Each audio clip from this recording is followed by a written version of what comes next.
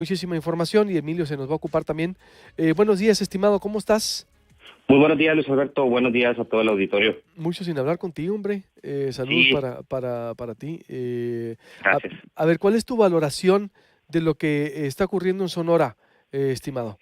Sí, Y, mira, así es. Mira, Luis Alberto, dando un contexto, en Sonora en 2018 se registraron 745 homicidios dolosos, es decir, un 2.5 más que en 2017, que es que es la cifra más alta, ¿no? Desde 1997, desde que se lleva el registro con datos oficiales del Secretariado Ejecutivo, es decir, se cometieron alrededor de 2 homicidios dolosos diarios, sobre todo en los municipios de Cajeme y Hermosillo, concentran más de la mitad de los homicidios dolosos. Eh, lo que hemos venido comentando de todo lo que ha venido ocurriendo a nivel nacional y a nivel estado, pues la inseguridad y la violencia han ido condicionando pues nuestras decisiones diarias, ¿no? Es decir, las encuestas así lo dicen, por dónde transitamos, dónde se invierte, qué hacemos o dejamos de hacer un fin de semana para nuestra calidad de vida. Definitivamente los problemas de inseguridad y de violencia que estamos viviendo en nuestro país y en nuestras ciudades, eh, una pieza fundamental que lo hemos venido señalando, pues es que se puede lograr, sí, ¿no? Sin embargo, aquí es donde se tienen que converger diferentes actores que se pueda llevar un desarrollo sostenible. Lo que ha venido ocurriendo en municipios como Cajeme, Empalme, Guaymas, Hermosillo, pues ha sido lamentable esta ola de violencia que se ha venido viviendo, ¿no? ¿Cuántos van hasta ahorita? Bueno, 745 dices en el 2018, dolosos. ¿Cuántos van en lo que va del 2019? Bueno, mira, ahorita no tenemos datos oficiales porque el corte del secretariado se hace el 23 del presente mes. Ahí vamos a tener el primer corte del año. Sin embargo, por datos periodísticos, pues en Cajeme ya pasaban los 40 homicidios, ¿no? En Hermosillo no tenemos un dato exacto todavía. Sin embargo, todo eso también nos lleva, Luis Alberto, desafortunadamente, en el problema de la violencia. A finales del 2017, la encargada de seguridad ciudadana del Banco Interamericano de Desarrollo en temas de seguridad señalaba precisamente 5 puntos importantes para focalizar desde lo local los esfuerzos, ¿no? Situación que también lo hemos hecho mención. El generar las condiciones de tranquilidad son importantes, empezarlas a llevar a cabo desde lo local, desde los alcaldes. Evidentemente no se puede exonerar la responsabilidad a Estado o Federación. Sin embargo, es ahí donde se tienen que converger todas estas situaciones. En un segundo elemento, pues alinear esas acciones, ¿no?, hacia un mismo objetivo, que es la reducción del crimen y la violencia.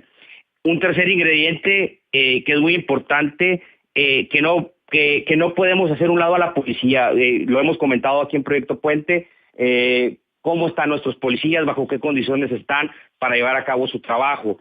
La cuarta, pues anticiparse al crimen, ¿no? Los datos nos muestran que en cualquier ciudad del país, los jóvenes, que son los que más en situación vulnerables están ante el delito, están pues desproporcionadamente representados entre todo esto que está ocurriendo. Y un último elemento que parte del éxito de la reducción de la violencia desde lo local, pues viene de innovaciones y sinergias que se tienen que ir desarrollando pues desde el ámbito de sociedad civil junto con autoridades, y ejemplos pues hay muchos en América Latina. Siempre tomamos ejemplos de Colombia, de planes de reducción de violencia, y yo creo que es ahí por donde tenemos que empezar a trabajar, ¿no? Se está trabajando, creo yo, a lo mejor evidentemente no lo percibimos como ciudadanos de las diferentes partes del país, de nuestros municipios. Sin embargo, esos 5 puntos que engloban todo el marco de lo que tenemos que hacer o hacia donde tenemos que ir para poder entonces enfrentar este tipo de situaciones.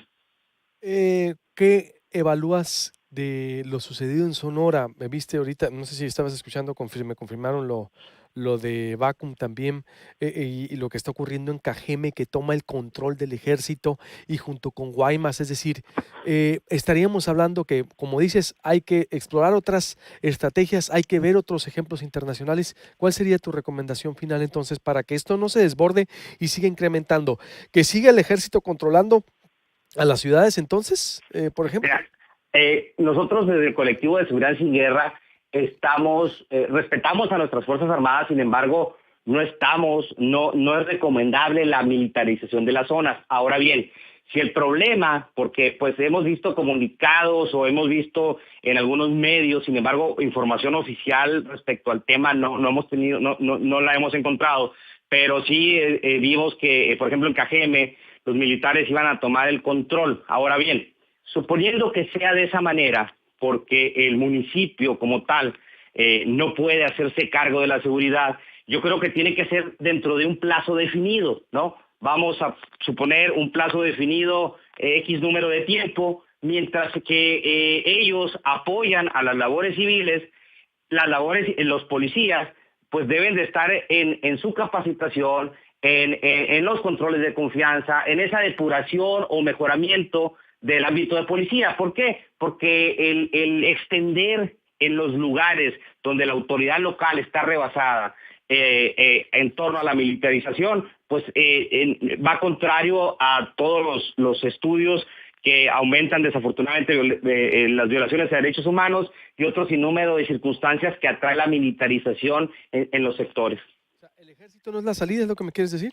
No es la salida definitivamente. Ahorita estamos viendo en el Senado, viene la discusión esta semana respecto a la Guardia Nacional. Sí a la Guardia Nacional Civil, pero no bajo el mando militar. Entonces, ¿cuál sería la salida?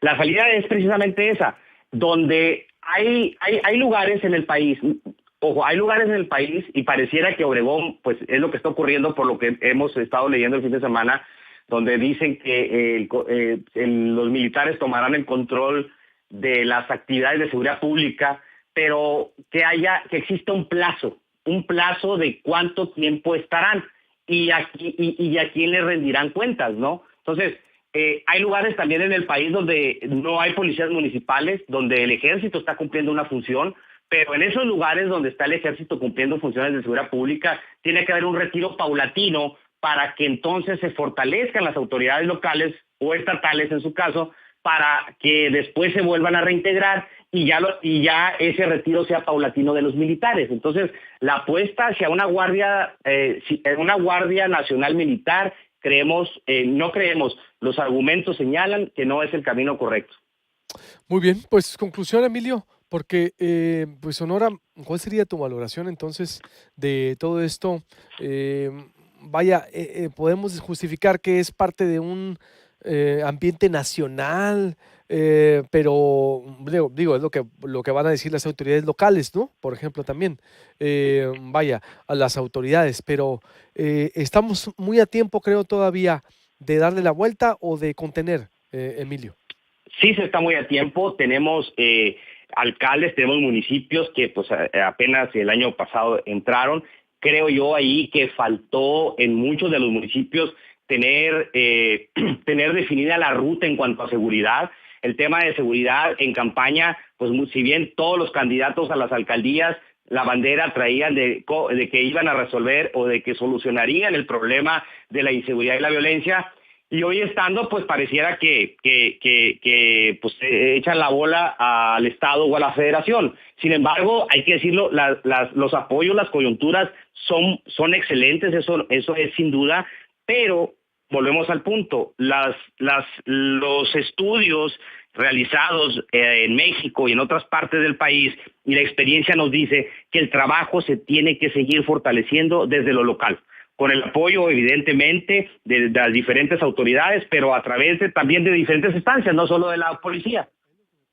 No han dicho nada de lo local, todo es Guardia Civil Nacional, ¿no? Es decir, no han dicho nada. Así es. Totalmente de acuerdo, Luis Alberto. Ahí pareciera un lavado de manos de muchos alcaldes en el país o gobernantes que se quiere vender como una panacea que la Guardia Nacional va a venir a solucionar un problema. No es así, o sea, no va a resolver todo el problema. se tiene, insisto, que fortalecer desde lo local. De otra manera, pues seguiremos en una ruta del fracaso como ha sucedido en los últimos 25 años.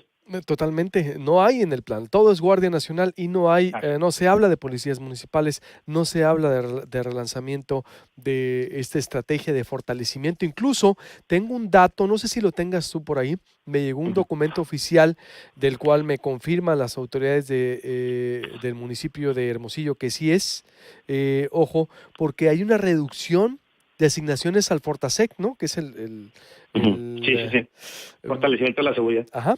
Por ejemplo, Hermosillo, que tenía 69 millones en el Ujú. 2018, en el 2019 le tocaron 35 millones. Hay una diferencia de 34 millones menos, y menos 50%. A Caborca también hay una reducción.